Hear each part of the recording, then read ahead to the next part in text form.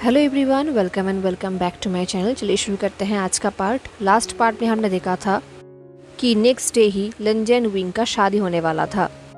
अब इसको लेकर विंग बिल्कुल कंफर्म था कि वो लंजन से शादी करना चाहता है, बट कहीं ना कहीं विंग को ये भी डर था कि कहीं जियांग चंग उसे ढूंढते हुए यहाँ पर पहुँच ना जाए। अगर वो यहाँ पर पहुँच गया तो विंग उसे क्या बोलेगा, क्या जियांग चंग उसकी बात को सुनेगा। विंग को ये डर था क्योंकि हर बार जब भी विंग किसी सर्चिंग मिशन में जाता है उसे ढूंढते हुए जियांग चंग वहाँ पर पहुँच ही जाता है। तो विंग श्योर था इस बार भी जियांग चंग उसे ढूंढ रहा होगा, एंड यही सच था। विंग को ढूंढते हुए जियांग चंग उस फॉरेस्ट में पहुँच गया था जिस फॉरेस्ट में वो गुफा था, एंड तभी जियांग चंग को वो लार्ज ह्यूमंस दिखे जो बेसिकली लंचा का सर्वेंट था, एंड जियांग चंग उनका पीछा करने लगा। जियांग चंग छुपते हुए उनका पीछा कर रहा था एंड वो लोग भी आगे बढ़ रहे थे। देखते देखते वो लोग घने जंगल के गुफा के दरवाजे के सामने आ गए। उस दरवाजे से अंदर जाने से पहले उन लोगों ने वह पीछे की तरफ देखा एंड देन वो लोग गुफा के अंदर चले गए। इस तरफ जियांग चंग जो एक ट्री के पास छुपा हुआ था, वो उसके हाथ उस ट्री के ऊपर ही था, एंड तभी जियांग चंग को कुछ फील हुआ उस ट्री में। उसने उस ट्री के डस्ट को हटाया एंड उस डस्ट के नीचे लिखा हुआ था वी वुशन यहाँ पर आया था, एंड देन उसके बगल में एक स्माइली फेस जिसको विंग ने ही लिखा था एज अ मार्क। एंड ये देख के जियांग चंग समझ गया था कि विंग कंफर्म यहाँ पर ही आया है। अब जियांग चंग को कोई प्रूफ की ज़रूरत नहीं था, उसके लिए यही प्रूफ काफ़ी था। इसका मतलब विंग यहाँ पर ही आसपास है। तो जियांग चंग ने आसपास सारी जगह चेक कर लिया, आसपास कहीं पर भी विंग का कोई नामो निशान नहीं था। अब जियांग चंग के पास एक ही रास्ता था, उसे केव के अंदर जाकर विंग को ढूंढना था, क्योंकि अगर विंग आसपास कहीं पर भी नहीं है तो वो ज़रूर केव के अंदर ही होगा। तो जियांग चंग ने और लेट नहीं किया, वो केव के अंदर जाने लगा। केव के अंदर बहुत सारे रॉक्स एंड सैंड थे, आसपास कोई भी नहीं था, बट जियांग चंग आगे बढ़ रहा था। आगे बहुत अंधेरा था। आगे बढ़ने के लिए जियांग चंग को थोड़ा बहुत हेजिटेट फील हो रहा था, बट अंदर विंग होगा तो उसे उसके पास जाना ही होगा। जियांग चंग ने अपने बैकपैक से टॉर्च निकाला एंड उसे ऑन किया। जियांग चंग अंदर अंदर बोलने लगा, वी वुशियान, तुम्हारे लिए मुझे क्या क्या करना पड़ रहा है। ये बोल के जियांग चंग ने गुस्से में शाई किया एंड देन वो आगे बढ़ने लगा। केव का रास्ता बहुत बड़ा था, वो जितना अंदर जा रहा था डार्कनेस एंड डेंजर उतना ही बढ़ते जा रहा था। केव के सीलिंग से सैंड नीचे गिर रहे थे, आसपास बहुत ही डेंजरस चीज़ें था। इनफैक्ट वेनमस क्रिएचर्स भी आसपास घूम रहे थे, बट जियांग चंग नहीं रोका, वो आगे बढ़ता गया। एंड तभी उसे केव के फ्लोर में एक इंसान के जैसा फुटप्रिंट दिखा, एंड ये रियल ह्यूमन साइज था, आई मीन मॉडर्न ह्यूमंस का, तो ज़रूर ये विंग का ही होगा। ये देखकर जियांग चंग का हार्ट बीट फास्ट हो गया। अब वो कम्प्लीटली श्योर था कि विंग अंदर ही है। जियांग चंग को समझ नहीं आ रहा था कि उसके भाई के साथ क्या हुआ होगा अंदर। क्या ये जायंट क्रिएचर्स ने उसे खा लिया होगा? इन जायंट क्रिएचर्स को एक आर्कियोलॉजिस्ट के मीट अच्छा भी लगा होगा। Oh my God. एनीवेज वो आगे बढ़ता रहा। चाहे जो भी हो उसे अंदर जाना ही होगा विंग को ढूंढने के लिए। अंदर जाना जियांग चंग के लिए एक्सट्रीमली मुश्किल हो रहा था। वो जितना आगे बढ़ रहा था उसे स्टोन वॉल्स में एंशिएंट पेंटिंग्स दिखाई दे रहा था। वो हर एक पेंटिंग को ध्यान से देखने लगा एंड देखते ही देखते वो उस चेम्बर में पहुंच गया जहां पर विंग पहली बार गया था। एंड जैसे कि हमें पता है कि उस चेम्बर के हर एक वॉल्स में बहुत सारे पेंटिंग्स है, तो जियांग चंग सारे पेंटिंग्स को देखने लगा। कहीं पर वो एम्परर थे, कहीं पर सिर्फ सैनिक थे, ऐसे बहुत सारे पेंटिंग्स थे। जियांग चंग ने एम्परर के पेंटिंग को ध्यान से देखा। उसके आइज़ देख के जियांग चंग को कुछ अच्छा फील नहीं हो रहा था। तभी नेक्स्ट वॉल में एक और पेंटिंग था जिसके ऊपर डस्ट था, तो जियांग चंग उसे ठीक से देख नहीं पा रहा था। तो जियांग चंग आगे बढ़ा एंड वो अपने हाथों से उन डस्ट को हटाने ही वाला था, तभी उसे अपने कंधों पे एक हाथ फील हुआ एंड वो चौंक गया। किसी ने लो वॉइस में कहा, हे तुम कौन हो? जियांग चंग एक्सट्रीमली चौंक गया। उसे ऐसा लगा कि अब डेंजर आने वाला है, तो उसने पीछे मुड़ा तो उसके सामने वही जायंट ह्यूमंस थे, वो भी एक नहीं दो। उन जायंट ह्यूमंस ने एक दूसरे की तरफ देखा और एक दूसरे से अपने लैंग्वेज में कहा, ये तो एक घुसपैठिया है, एम्परर बहुत गुस्सा हो जाएंगे।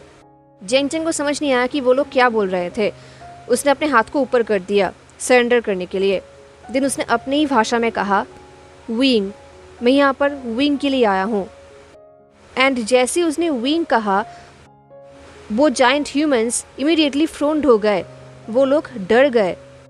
कुछ टाइम पहले उन दोनों को देखकर ऐसा लग रहा था जैसे कि वो लोग बहुत स्ट्रांग हैं एंड जेंचन कभी कभी मार डालेंगे, बट विंग के नाम सुनते ही उनका फेस का एक्सप्रेशन चेंज हो गया, क्योंकि अगर ये इंसान उनके किंगडम के बिलव्ड कंसोर्ट का फैमिली या फिर फ्रेंड हो एंड अगर उन लोगों ने उस इंसान के ऊपर अटैक कर दिया, उसे चोट पहुंचा दिया, तो इम्पीरियल कंसोर्ट बहुत ज़्यादा गुस्सा हो जाएंगे, वो अपसेट हो जाएंगे, तो वो लोग ये मिस्टेक तो नहीं कर सकते। तो एक जायंट ह्यूमन ने दूसरे जायंट ह्यूमन के कानों में अपने भाषा में बोलने लगा, हमें इस इंसान को एम्परर के पास लेके जाना चाहिए, फिर वही डिसाइड करेंगे। जैसे ही जियांग चंग ने देखा कि ये लोग विंग के नाम सुनकर चौंक गए, डर गए, जियांग चंग कन्फ्यूज्ड हो गया। I mean, इस जगह पर विंग का नाम इतना पावरफुल है? Just what the hell? Wing ने ऐसा क्या कर दिया कि ये जाइंट इंसान उससे डर रहे हैं? जियांग चंग ये सोच ही रहा था, तभी उस चेम्बर में कुछ और सोल्जर्स आ गए एंड सडनली उस चेम्बर का एटमॉस्फेयर बहुत ज़्यादा डेंजरस हो गया, हेवी हो गया, टेंस्ड हो गया, जैसे कि सोल्जर्स के पीछे कोई और इंसान आ रहा है। जियांग चंग ने देखा कि वो सोल्जर्स उस चेम्बर में आए, उन लोगों ने अपने बीच में से एक रास्ता बनाया एंड वो लोग घुटनों पे बैठ गए वो करते हुए। पहले जियांग चंग को कुछ समझ नहीं आया एंड तब उसने देखा कि पीछे से कोई और आ रहा है। पीछे से वही एम्परर आ रहा था जिसका पिक्चर जियांग चंग ने वॉल में देखा, वही फियरसम पर्सन।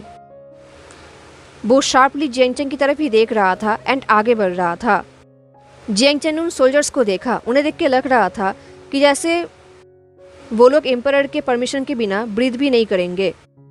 जियांग चंग ने फिर से एम्परर की तरफ देखा, एम्परर जो कोल्ड एंड गोल्डन गेज से जियांग चंग को देख रहा था। जियांग चंग उसे ध्यान से देखा एंड वो अंदर ही अंदर अपने आप से कहने लगा, वो आइस जियांग चंग के लिए बहुत ही जानी पहचानी सी लग रही थी।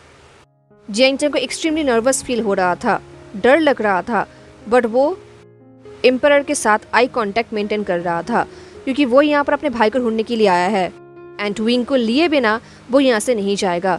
अगर इसके लिए उसे इस एम्परर के साथ वॉर भी करना पड़े, मरना भी पड़े, तो वो भी करेगा। एंड तभी जियांग चंग को एम्परर का वॉइस सुनने को मिला। एम्परर ने जियांग चंग के ही नेटिव लैंग्वेज में जियांग चंग को बोला, 1000 ऑफ ईयर्स के बाद भी तुम्हारा एग्जिस्टेंस मुझे शांति से रहने नहीं देता। एम्परर का वॉइस बहुत ही एंशिएंट, कोल्ड था। एम्परर ने जियांग चंग से कहा, एक चींटी का भी अपना जगह याद नहीं रहता है ना? जियांग चंग का हार्ट बीट एक्सट्रीमली फास्ट हो गया था। I mean, पता नहीं क्यों ये वॉइस उसके लिए अनजान तो था, बट स्टिल जानी पहचानी से लग रही थी। उसे ऐसा लग रहा था जैसे कि उसने इस वॉइस को सुना है, शायद उसके नाइटमेयर्स में। तो जियांग चंग ने कहा, मैं तुम्हें जानता हूँ। ये सुन के लंजा का आइस चेंज हो गया। जियांग चंग को नहीं पता कि उसकी आंखों में जो था वो गुस्सा था या फिर क्यूरियोसिटी। लंजा ने कहा, तुम्हें याद है? जियांग चंग अंदर अंदर बोलने लगा, काश मुझे याद ना होता। बट जियांग चंग ने कहा, सब कुछ तो याद नहीं है, बट थोड़ा बहुत। बट मैं तुम्हारे आइस को पहचान सकता हूँ कहीं पर भी, क्योंकि बचपन से मुझे भयंकर डेथ का नाइटमेयर्स आता रहता है, शायद मेरे प्रीवियस लाइफ का, एंड वहाँ पर मैंने इसी आइस को बार बार देखा है। ये बोलते हुए जियांग चंग अंदर अंदर बोल रहा था, एंड मेरा मौत का कारण तुम ही थे। बट उसने ये बात एम्परर को नहीं बोला। ये सुनते ही एम्परर कन्फ्यूज्ड हो गया एंड सरप्राइज्ड भी। उसने कहा, क्या तुम्हें मेरा नाम पता है? जियांग चंग अपने ही कपड़ों को जकड़ने लगा। उसने कहा, लांग वांग जी। ये सुन के एम्परर ने जो एक्सप्रेशन दिया, ये देख के जियांग चंग समझ गया कि वो सही कह रहा है, ये नाम सही है। लंजा ने डिस्प्लीज्ड वॉइस में कहा, तो मेरे कर्ज ने तुम्हें भी यहाँ पर खींच कर लाया है, हाँ? शायद मुझे ये पहले ही एक्सपेक्ट कर लेना चाहिए था कि मुझे कोई भी चीज़ आसानी से नहीं मिलता। कर्मा जो कहीं भी किसी को छोड़ता नहीं है। ये सब लंजा अपने में ही बोल रहा था, बट जियांग चंग को सुनाई दे रहा था एंड उसके मन में बहुत सारा क्वेश्चंस आ रहा था। बट एनीवेज अभी इसके लिए टाइम नहीं है, अभी जियांग चंग अपने भाई चाहिए। तो उसने कहा, देखो मैं यहाँ पर कोई फाइट वगैरह नहीं करने आया हूँ, मुझे कोई फ़र्क नहीं पड़ता तुम कौन हो, तुम क्या हो, मैं बस यहाँ पर आया हूँ विंग को मेरे साथ वापस लेके जाने के लिए। वो यहाँ पर ही है ना? ये बोलते हुए जेंग चंग सोच रहा था, अगर वो जो सोच रहा है वो सही है, देन ये इंसान विंग के ऊपर ऑब्सेस्ड है एंड वो उसे नहीं छोड़ेगा एंड ये बहुत ज़्यादा कंसर्निंग है। जैसे ही जेंग चंग ने विंग का नाम मेंशन किया, एम्परर का आइज और भी आइसी डार्क हो गया। उसने कामली कहा, विंग एग्जैक्टली वहाँ पर ही है जहाँ से वो बिलोंग करता है। अब उसको तुम्हारी या फिर तुम्हारे वर्ल्ड की कोई ज़रूरत नहीं है, वो यहाँ पर ही रहेगा मेरे साथ हमेशा के लिए। जब लंजे ये सब बोल रहा था, उसका आइस ऑलमोस्ट डार्क हो गया था। ये देख के जेंग चंग सोच रहा था, क्या इस इंसान ने विंग के सामने अपने ये असली चेहरा दिखाया भी है? क्या विंग को पता भी है ये इंसान एक्चुअली कर क्या सकता है? क्या विंग को पता भी है ये एक्चुअली है कौन एंड इसने क्या क्या किया है? ये सोचते हुए जेंग चंग अपने हाथ को ही जकड़ रहा था। उसने कहा, बिलोंग करता है मतलब? तुम कहना क्या चाहते हो? तुम उसे यहाँ पर फोर्सफुली नहीं रख सकते। विंग एक फ्री स्पिरिट है एंड वो कभी भी इन सब में अपना एग्री नहीं देगा। तुमने उसे यहाँ पर बंदी बनाया है ना? लंजा ने कहा, विंग ने खुद से मेरे साथ रहने का ये तरीका चूज़ किया है, बट तुमने ये बात तब भी नहीं समझा था और तुम अभी भी नहीं समझोगे। विंग एंड मैं डेस्टिनी से बंधे हुए हैं। हमारा सोल एक दूसरे को बिलोंग करता है। उसने मुझे शादी करने के लिए परमिशन दे दिया है। वो मुझसे शादी करना चाहता है एंड कुछ ही घंटों में हमारा शादी भी होने वाला है। एंड तुम, ये बोल के लंजे ने जेंग चंग की तरफ फिंगर पॉइंटिंग किया और कहा, तुम हमारे शादी को रुइन करने के लिए फिर से आ गए जैसे तुमने पहले किया था। ये सुन के जेंग चंग स्टंट हो गया। आई मीन ये एम्परर ये सब क्या बोल रहा है? जेंग चंग के एब्सेंस में उसके भाई को क्या हो गया है? शायद जेंग चंग ने आने में देर कर दी है, क्योंकि जिस तरीके से एम्परर ऐसे सर्टेन होकर विंग के बारे में बोल रहा था, उसे देख कैसा लग रहा था जैसे कि विंग ने सच में इस चीज़ को एग्री किया है। बट विंग ऐसा इंसान नहीं है। जेंग चंग उसे अच्छी तरीके से जानता है, वो उसका भाई है। विंग कहीं भी यहाँ पर रहना पसंद नहीं करेगा। तो जेंग चंग एम्परर के बातों को बिलीव नहीं करता, क्योंकि वो विंग को जानता है। विंग को उससे ऐसा और कोई जान ही नहीं सकता। विंग को फ्रीडम पसंद है, वो ऐसे 4 दीवारों के अंदर बंदी नहीं रह सकता। तो जेंग चंग ने कहा, तो तुम ही वो इंसान हो जिसके लिए मैं पूरी ज़िंदगी आशियन को लेकर प्रोटेक्टिव फील करता रहा। मुझे कोई फ़र्क नहीं पड़ता कि उसने तुम्हें क्या प्रॉमिस किया है कि तुम्हें ऐसा लग रहा है। तुमने ज़रूर उसका ब्रेन वॉश किया होगा, बट मुझे उस सब से फ़र्क नहीं पड़ता। मैं उसे मेरे साथ वापस लेके जाऊंगा, चाहे वो तुम्हें पसंद हो या ना हो। ये सुन के लंजा ने एक कोल्ड स्माइल किया, जैसे कि वो ये बोलना चाहता हो कि अभी भी जेंग चंग के अंदर ये सब बोलने का ऑडेसिटी है, इतने सब कुछ करने के बाद भी। लंजा ने कहा, तुम्हारे ऐसे पावरलेस इंसान के मुंह से ऐसे बोल्ड वर्ड्स शोभा नहीं देता। क्या तुम्हें हम दोनों के बीच का डिफरेंस रियलाइज़ भी हो रहा है? अभी तुम तुम्हारे न्यू बॉडी में हो, मॉडर्न बॉडी में, जो मेरे सामने कुछ भी नहीं है। ये बोलकर रंजन अपने गार्ड्स की तरफ देखा एंड उन्हें अपने लैंग्वेज में बोलने लगा, हमारे गेस्ट को हमारे होल्डिंग चेम्बर्स में लेकर जाओ एंड उसे तब तक मारते रहो जब तक उसके लेग्स काम करना बंद ना कर दे, ताकि वो हमारे शादी में कोई इंटरफेयर ना कर पाए। एंड अगर फिर भी उसने इंटरफेयर किया तो इसका सज़ा तुम लोगों को भुगतना पड़ेगा। जेंग चंग को नहीं पता कि एम्परर उन्हें क्या बोल रहा था। वो उनके लैंग्वेज को समझ नहीं पा रहा था, बट जेंग चंग उसकी इंटेंशंस को समझ पा रहा था, क्योंकि ये सुनते ही वो गार्ड्स दौड़ के जेंग चंग के पास आ गए एंड उसे टाइटली पकड़ लिया। जेंग चंग अपने आप को छुड़ाने के लिए स्ट्रगल करने लगा, बट ऑफ कोर्स इन लोगों के सामने उसका ये मॉडर्न ह्यूमन बॉडी कर ही क्या सकता है। उसे पता है कि उसके पास पावर नहीं है उनसे लड़ने का, बट उसे अपने भाई को बचाना ही है, चाहे कुछ भी क्यों ना हो जाए। तो उसने एम्परर के साथ फिर से आई कॉन्टैक्ट मेंटेन करते हुए कहा, विंग को ज़रूर पता चल जाएगा तूने मेरे साथ क्या किया है, एंड देन तुम्हें उसका नतीजा भोगना पड़ेगा। ये सुन के एम्परर ने फिर से एक डेविलिश स्माइल किया। उसने कहा, देखा जाएगा। अब गार्ड्स जेंग चंग को वहाँ से खींचते हुए लेके जा रहे थे एंड जेंग चंग उनके ग्रिप्स में स्ट्रगल कर रहा था। वो अपने हाथ फेंक रहा था, पैर से किक कर रहा था, पर वो अपने को छुड़ा नहीं पा रहा था। जाते वक्त उसने चिल्लाते हुए कहा, मैं विंग को बोलकर ही रहूँगा कि तुम एक्चुअली में क्या हो, एंड अगर इसके लिए मुझे मरना भी पड़े तो मैं वो भी करूँगा। एंड जब उसे पता चल जाएगा तुम्हारा असलियत, तब कोई भी स्ट्रॉन्ग पावर उसे रोक नहीं पाएगा। जियांग चंग के ये वर्ड्स उस केव में गूंज रहा था एंड ये सुनते ही एम्परर का आइस चेंज हो गया, जैसे कि ये सुन के उसके अंदर थोड़ा बहुत डर आ गया है, बट उसने अपने फेस को टर्न कर लिया। उसने अपने आंखें बंद किया एंड वो विंग के ब्यूटीफुल सिल्वर आइस को याद करने लगा, उसके स्वीट स्माइल को याद करने लगा। एंड कुछ टाइम बाद उसके अंदर जो डर था वो चला गया, क्योंकि अब वो नहीं डरेगा। इस तरह विंग, जिसे प्रीवियस रात को एक अजीब ड्रीम आया था, उसे ऐसा लग रहा था जैसे कि वो फिर से पास्ट में चला गया है। सिर्फ एक ही डिफरेंस था, यहाँ पर वो कुछ कर नहीं पा रहा था, वो यहाँ पर कुछ बोल नहीं पा रहा था और ना ही अपने हिसाब से अपने बॉडी को मूव कर पा रहा था। उसे ऐसा लग रहा था जैसे कि वो किसी के अंदर है, बट वो उसके आइस के पीछे है। वो उसके आइस से सब कुछ देख तो रहा है, बट वो बॉडी उसके कंट्रोल में नहीं है। एंड देन उसे रियलाइज हुआ कि वो किसी के लैब में बैठा हुआ है, किसी ऐसे के लैब में जो उसके लिए बिल्कुल स्ट्रेंज है, जिसे वो नहीं जानता। तो जैसे उसने उस इंसान को देखा जिसके लैब में वो बैठा हुआ था, वो शॉक्ड हो गया। ये तो वेन शू है। इनफैक्ट मॉडर्न वर्ल्ड में भी वेन शू है, जो विंग के ओल्ड हाई स्कूल का उसका क्लासमेट था, जो extremely arrogant and popular senior था, kind of playboy type था, जो बहुत हैंडसम था, बट विंग हमेशा उसे अवॉइड करता था। बट वेनशू उसका पीछा नहीं छोड़ता था। बट जियांग चंग भी विंग के साथ रहता था एंड वो अपने भाई को लेकर कुछ ज़्यादा प्रोटेक्टिव है, वो विंग के लिए कुछ भी कर सकता है। तो ये देख के वेनशू को रियलाइज़ हुआ कि विंग इतना भी इम्पोर्टेंट नहीं है इसके लिए उसे ट्रैवल फेस करना पड़े। तो उसने फाइनली विंग का पीछा छोड़ दिया। बट अब इस वर्ल्ड में भी विंग उसके पास ही था। इनफैक्ट वो उसके लैब में बैठा हुआ था। विंग ने देखा कि उसने रेड सिल्क कपड़े पहना है, उसके फेस में वेल भी है एंड उसके पूरे बॉडी में गोल्डन ज्वेलरी है, हेड से लेके पैर तक।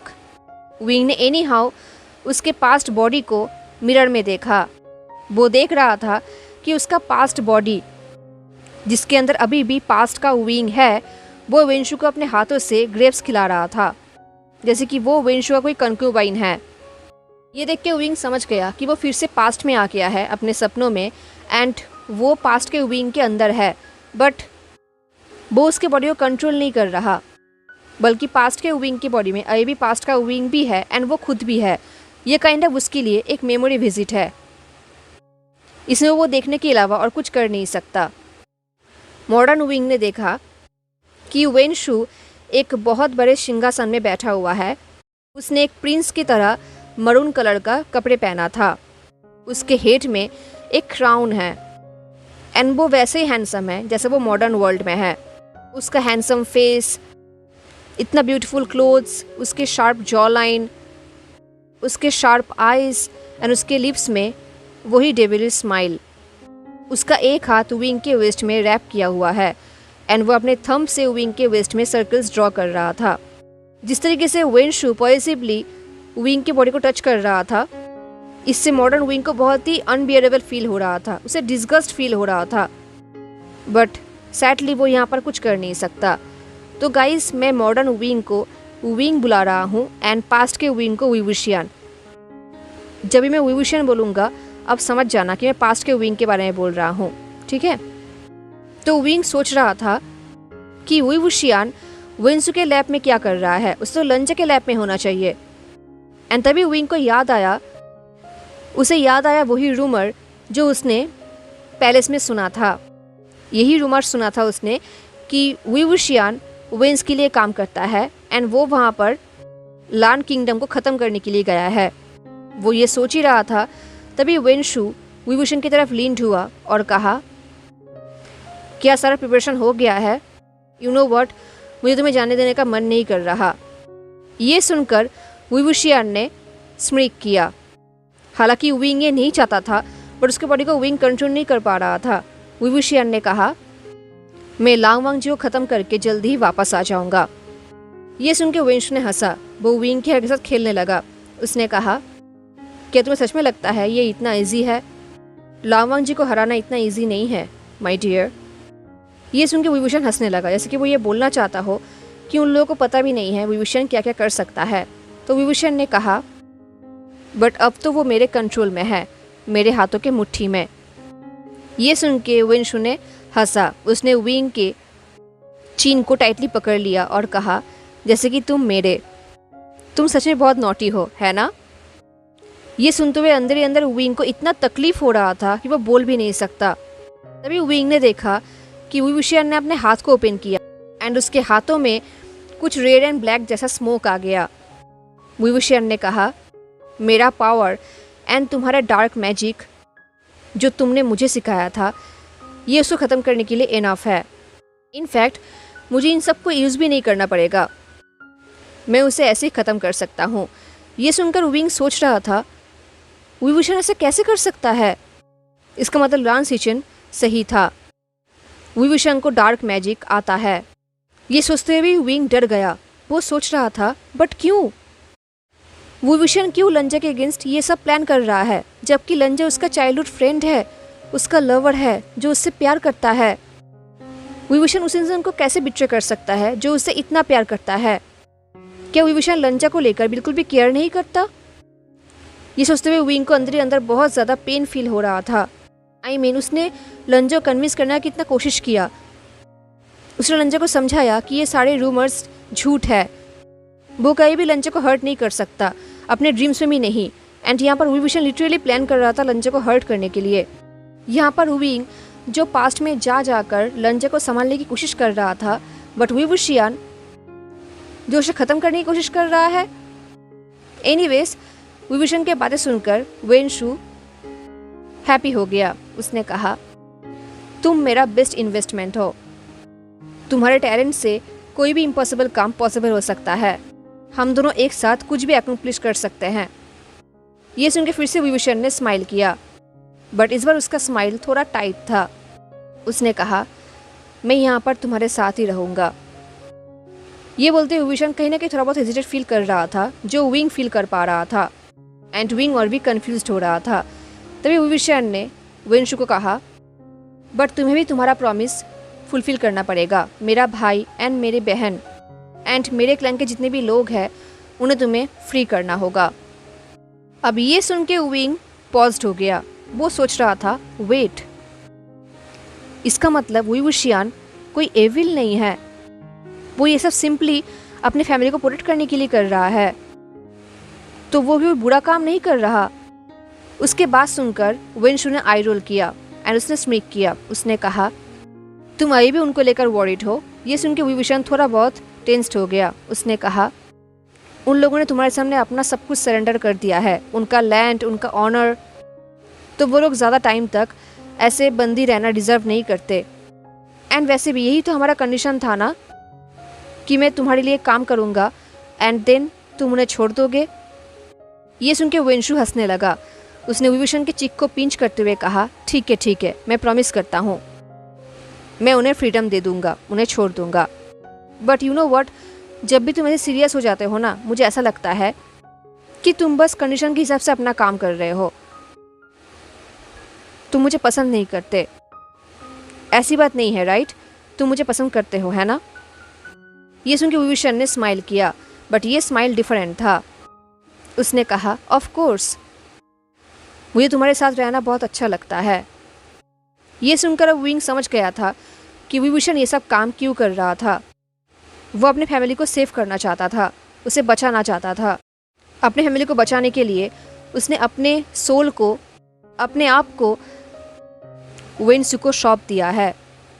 उसने अपने फीलिंग्स को अंदर लॉक कर दिया है ताकि वो अपने फैमिली को बचा सके। उसके लिए पर्सनल डिज़ायर से ज़्यादा फैमिलियल ड्यूटी ज़्यादा इम्पॉर्टेंट है।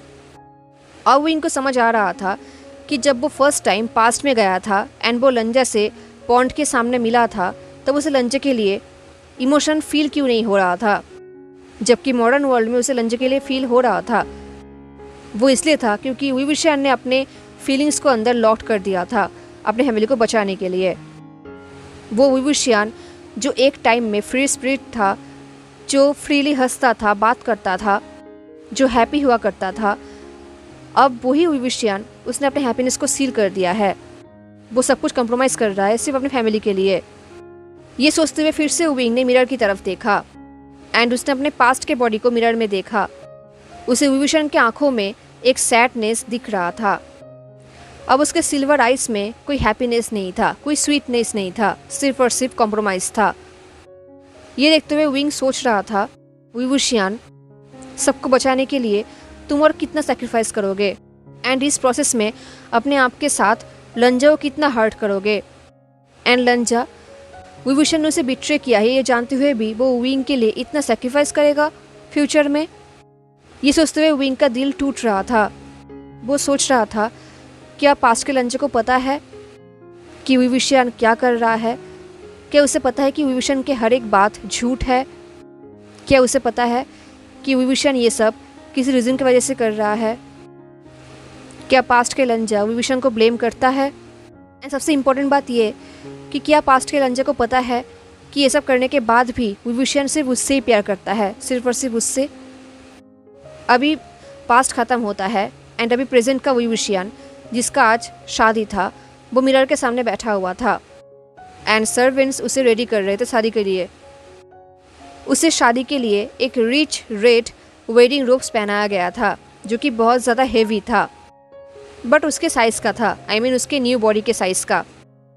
जब विंग को प्रीवियस नाइट के ड्रीम के बारे में याद आ रहा था, उसके आंखों से आंसू निकल रहा था एंड ये चीज़ एक सर्वेंट ने देख लिया। उस सर्वेंट ने कहा, अब चिंता मत कीजिए, हमारा एम्परर आपका बहुत ख्याल रखेंगे। ये सुनकर विंग ने स्माइल तो किया, बट पता नहीं क्यों वो लास्ट नाइट के नाइटमेयर को भूल नहीं पा रहा था। उसे कुछ ठीक नहीं लग रहा था, डिस्कम्फर्ट फील हो रहा था। वो सोच रहा था, क्या शादी कर लेने के बाद क्या वो लंजा का ड्रीम फुलफिल कर पाएगा? क्या शादी के साथ साथ लंजा का ड्रीम भी फुलफिल हो जाएगा? क्या वो अपने पास्ट लाइफ के सारे मिस्टेक्स को कवर कर पाएगा? विंग के दिल में बहुत सारे क्वेश्चंस था जिसका आंसर उसके पास नहीं था एंड अब उन क्वेश्चंस का कोई मैटर भी नहीं करता विंग के लाइफ में, क्योंकि पास में जो हो चुका है वो हो चुका है, उसे वो बदल नहीं सकता। अब उसे सेकंड चांस मिला है, उसे फिर से सब कुछ न्यू तरीके से शुरू करना चाहिए। एनीवेज वो सर्वेंट्स विंग को रेडी कर रहे थे एंड विंग अपने आप को मिरर में देख रहा था। वो बिल्कुल वैसे ही दिख रहा था जैसा लंजा ने उसका पेंटिंग बनाया है जो मेन हॉल में है। विंग सोच रहा था कि सच में वुई वुशियान एंड वो बिल्कुल भी डिफरेंट नहीं है। इन दी एंड वो दोनों सेम ही हैं। उनका शादी होने से पहले अभी भी कुछ घंटा बचा है, बट फिर भी सर्वेंट्स विंग को जल्दी रेडी कर रहे हैं ताकि वो और भी प्रिपरेशन कर सके एंड विंग थोड़ा रेस्ट कर सके। विंग को रेडी करने के बाद उसे उसके बेड में लेके जाया गया। देन वो सर्वेंट्स वहाँ से निकल गए। अब उस रूम में विंग अकेला था, अपने थॉट्स में खोया हुआ था। एक्चुअली आज सुबह लंजा बहुत जल्दी ही उनके रूम से निकल गया है। उसने कहा कि उसे कुछ इंपॉर्टेंट काम करना है शादी से पहले एंड लंजा बहुत ज़्यादा टेंस भी दिख रहा था। विंग ने लंजा को पहली बार ऐसे देखा था इन 3 दिनों में। वो बहुत ज़्यादा वरीड दिख रहा था। लास्ट नाइट उन दोनों ने बेड शेयर किया था, वो दोनों एक दूसरे के बाहों में पीसफुली सो गए थे, बट मॉर्निंग को लंजा बहुत ज़्यादा टेंस दिख रहा था। उसे देख कैसा लग रहा था जैसे कि वो कोई डिफरेंट इंसान हो, वो लंजा नहीं है। विंग को लग रहा था शायद ये प्री वेडिंग नर्वसनेस है। विंग स्माइल करते हुए सोच रहा था कि शादी के बाद वो दोनों फिर से एक हो जाएंगे एंड वो लंजा का सारा प्रॉब्लम दूर कर देगा, सब कुछ ठीक हो जाएगा एंड वो उन दोनों के बीच में कोई भी सीक्रेट नहीं रखेगा। वो सब कुछ लंजा के साथ शेयर करेगा। अब सब कुछ वो न्यू तरीके से शुरू करेगा एंड सब कुछ ठीक होगा। विंग इमेजिन कर रहा था काश शादी के टाइम उसका फैमिली भी यहाँ पर होता, क्योंकि विंग का ड्रीम था कि उसके शादी में जियांग चैंग उसे उसके शादी के मंडप तक लेकर जाएगा, तो वो उन्हें बहुत मिस कर रहा था। ये सोचते हुए विंग ने सॉफ्ट ट्राई किया। तभी वो अपने बैकपैक को ढूंढने लगा। उसका बैकपैक उसके बेड के नीचे था, तो वो बेड के नीचे अपने बैकपैक को ढूंढ रहा था। तभी उसके हाथों में कुछ और लगा, उसे कुछ और मिला, तो उसने उस चीज़ को बेड के नीचे से बाहर निकाला एंड वो शॉक्ड हो गया।